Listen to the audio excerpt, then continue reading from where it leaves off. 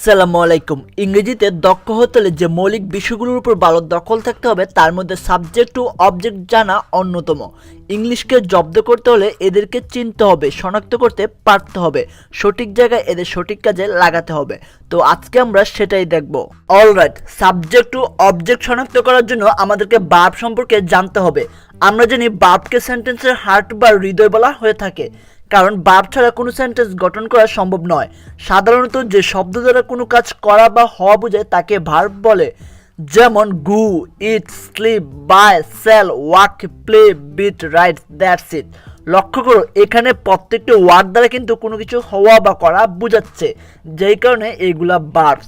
For example, he play cricket, অথবা he writes a letter, অথবা he gives me a glass of water. লক্ষ্য করো, এখানে play, rights, gives এই তিনটি দ্বারা কিন্তু তিন রকম কাজ করা হওয়া বোঝাচ্ছে, যে কারণে এগুলো ভার্ব হিসেবে চিহ্নিত করা হয়েছে। আশা করি ভার্ব নিয়ে আর কোনো কনফিউশন নেই। এবার সাবজেক্ট চেনার উপায়। আমরা জানি প্রত্যেকটি সেন্টেন্সের একটি মেইন ভার্ব থাকে, ভার্বটির একটি অর্থ থাকে। এখন সেই ভার্বটি দ্বারা যা বোঝায়, সেই কাজটি যার দ্বারা সম্পূর্ণ হয় সেটাই হলো সাবজেক্ট।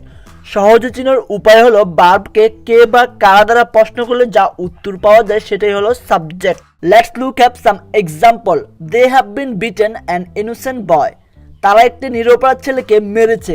লক্ষ্য করো, এখানে বিট মানে মারা, যেটি একটি ভার্ব, আর মারার কাজটি কে করেছে বা কারা করেছে। ভার্বকে প্রশ্ন করি, কে মেরেছে বা কারা মেরেছে। হু বিটেন, অ্যান্সার আছে দে, তার মানে দে হলো সাবজেক্ট। সেমভাবে আই ওয়েন্ট দেয়ার, আমি সেখানে গেলাম। কে গেল বা কারা গেল, হু ওয়েন্ট, অ্যান্সার আছে আই, তার মানে আই হলো সাবজেক্ট। আশা করি সাবজেক্ট নিয়ে তোমাদের আর কোনো কনফিউশন নেই। তোমাদের সুবিধার্থে বলে রাখি, সাবজেক্ট সাধারণত নাউন বা নাউন ফ্রেজ অথবা প্রনাউন এগুলোর মধ্য থেকেই বেশিরভাগ হয়ে থাকে। এবার অবজেক্ট। খুব সহজ ভাষায় বলতে গেলে ভার্বকে কি বা কাকে দ্বারা প্রশ্ন করলে যা উত্তর পাওয়া যায় সেটাই অবজেক্ট। একটু কনফিউশন লাগছে তাই না? আমরা যদি পূর্বের এক্সাম্পলটা আবার দেখি, they have been beaten an innocent boy. প্রশ্ন করি, কাকে মেরেছে? অ্যান ইনোসেন্ট বয়, একটি নিরপরাধ ছেলেকে, তাই অ্যান ইনোসেন্ট বয় হলো একটি অবজেক্ট। তাহলে কি বা কাকে দ্বারা প্রশ্নগুলো যা উত্তর পাওয়া যায় সেটাই হলো অবজেক্ট। বুঝতেই পারছেন, অবজেক্ট দু ধরনের হতে পারে, ব্যক্তিবাচক ও বস্তুবাচক। ব্যক্তিবাচক হলো কাকে দ্বারা প্রশ্নগুলো যা উত্তর পাওয়া যায় সেটাই হলো ব্যক্তিবাচক, যেমন অ্যান ইনোসেন্ট বয় একটি অবজেক্ট। বস্তুবাচক, কি দ্বারা প্রশ্নের উত্তর করলে যে উত্তর পাওয়া যায় সেটাই হলো বস্তুবাচক। For example, I will open a bank account, আমি একটি ব্যাংক হিসাব খুলব। প্রশ্ন, কি খুলব? উত্তর ব্যাংক হিসাব, অর্থাৎ এ ব্যাংক অ্যাকাউন্ট। সো এ ব্যাংক অ্যাকাউন্ট হলো একটি অবজেক্ট। এই হলো সাবজেক্ট টু অবজেক্টের মূল রহস্য। তবে মনে রাখতে হবে, সাবজেক্ট টু অবজেক্টের সাথে যদি কোনো আর্টিকেল বা অ্যাডজেক্টিভ থাকে তবে সেটি সাবজেক্ট বা অবজেক্টের অংশ হিসাবে গণ্য হবে। ফর এক্সাম্পল, অ্যান ইনোসেন্ট বয় এবং এ ব্যাংক অ্যাকাউন্ট।